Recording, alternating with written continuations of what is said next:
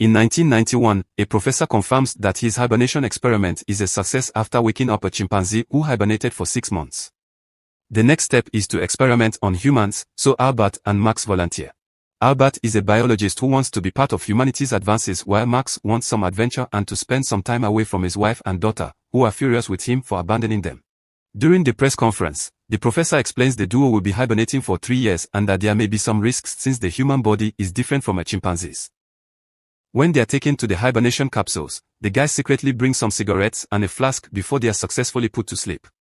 Years later, Max and Albert wake up and are taken to a strange white room by a group of women who also bring them breakfast. The food is so hard it can't be beaten, so one of the women teaches them that they are actually containers with a paste that imitates the food inside.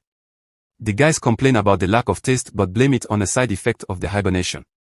Then Max brings out the cigarettes and flask, sharing them with Albert as a little dessert. However, the smoke immediately triggers an alarm and the women rush in to put it out by covering them with foam. Afterward, the doctor and her assistant Lemia come to check on the guys, who keep asking about the professor. The women explain the professor doesn't exist and his experiments were abandoned because the world went through another war. Max and Albert are very confused, so the women finally share the details. They slept for 53 years, meaning it's now year 2044. To make matters worse, the war wiped out all men, so Max and Albert are the only ones left. Confused and scared, the duo tries to run away, but the door electrocutes them and knocks them out. When they wake up, Albert concludes this must be the second stage of the experiment and they are testing their reactions to a psychological shock. Max still can't believe that there aren't any more men and wonders how the women reproduce. Since Lemia is keeping an eye on them, she hears this and explains they reproduce through parthenogenesis, which is a real form of asexual reproduction that doesn't require fertilization found in many animals. At that moment, another woman belonging to the faction Genetics enters Lemia's workstation and messes with her things, saying it's a pity Lemia left Genetics to join the faction Archeo. Before leaving, the woman points out it'd be a better idea to hand the guys over to Genetics. Sometime later, the TV in Albert and Max's room is turned on and a girl appears talking about parthenogenesis, so Albert has to explain to Max that the children are created in test tubes. Lemia mentions that their method of procreation is perfect, but Max accuses them of brainwashing kids. That night, Max and Albert think about the years of life they've missed and how their family and friends are gone. Swearing they'll never get frozen again, they comfort each other and finish the last drops of alcohol. Later, while they watch TV, Max points out that if they do things right, this place could be a paradise for them, but Albert scolds him for thinking with his other head in such a serious situation. At that moment, Lemia comes to check on their health and Max answers with a flirty line that Lemia doesn't understand. Then he asks if they could take a walk together or even dance as he comes closer to Lemia, suddenly stealing her first kiss. Lemia freaks out and immediately throws him on the floor before leaving. Once she's alone, Lemia realizes she can't stop thinking about the kiss and something has awakened in her. Eventually, the guys are allowed to leave the room and taken to the biosanctuary, where they find embalmed animals that were victims of radiation. They also find a tree with 2 tiny apples and eat them.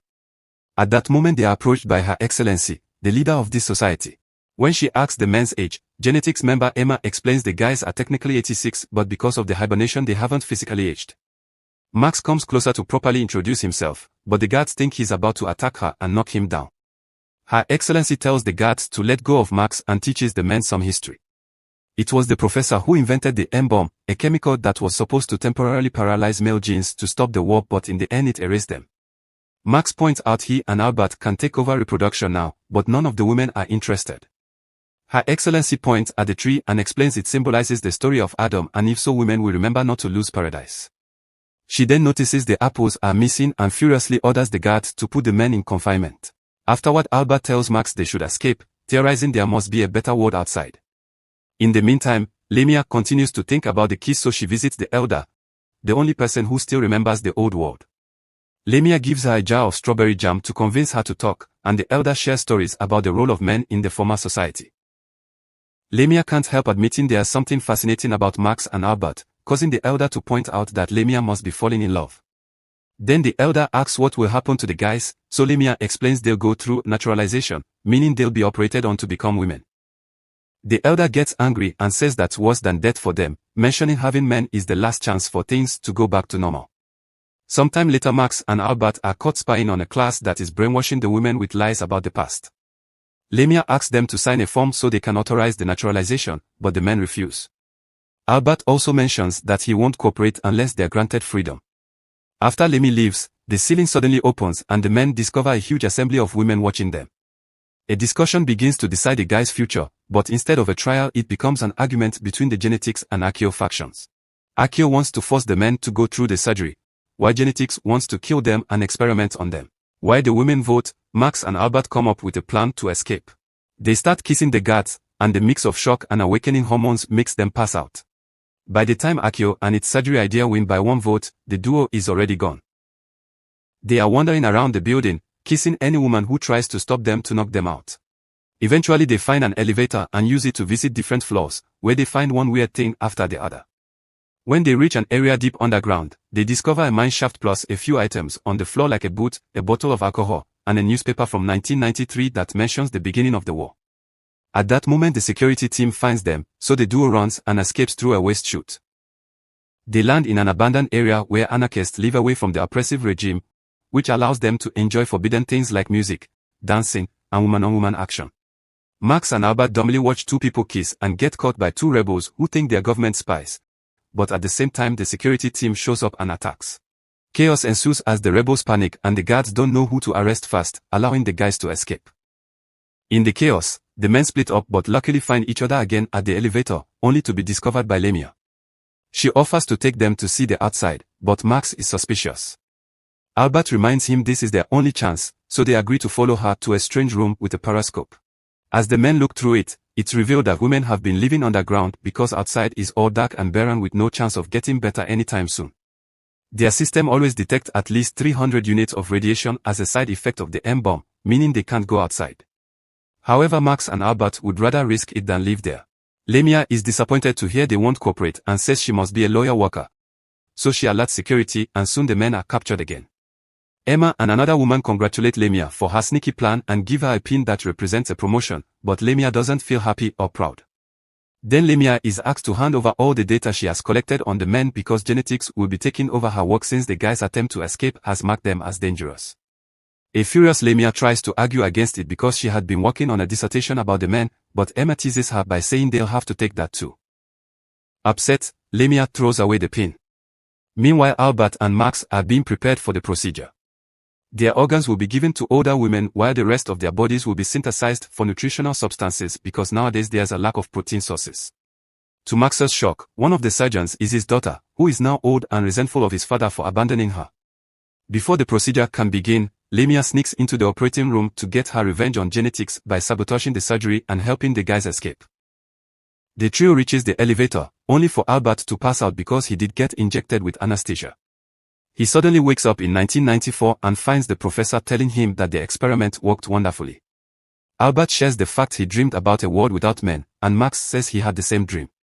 The professor says that's impossible, causing Albert to wake up and find himself in the elevator with Max and Lemia. Afterward, Lemia takes them back to the periscope room, where she threatens the guards and makes them take off their special suits. After the guys put the suits on, Lemia tries using the system to send them to the surface, but a guard says a password is needed and only Her Excellency knows it. Frustrated, Max curses aloud and the computer reacts because that bad word turns out to be the password. At that moment Lemia decides to go with them and also puts on a suit. The trio carefully looks around the creepy area until they come across a barrier, only to realize it's made of fabric.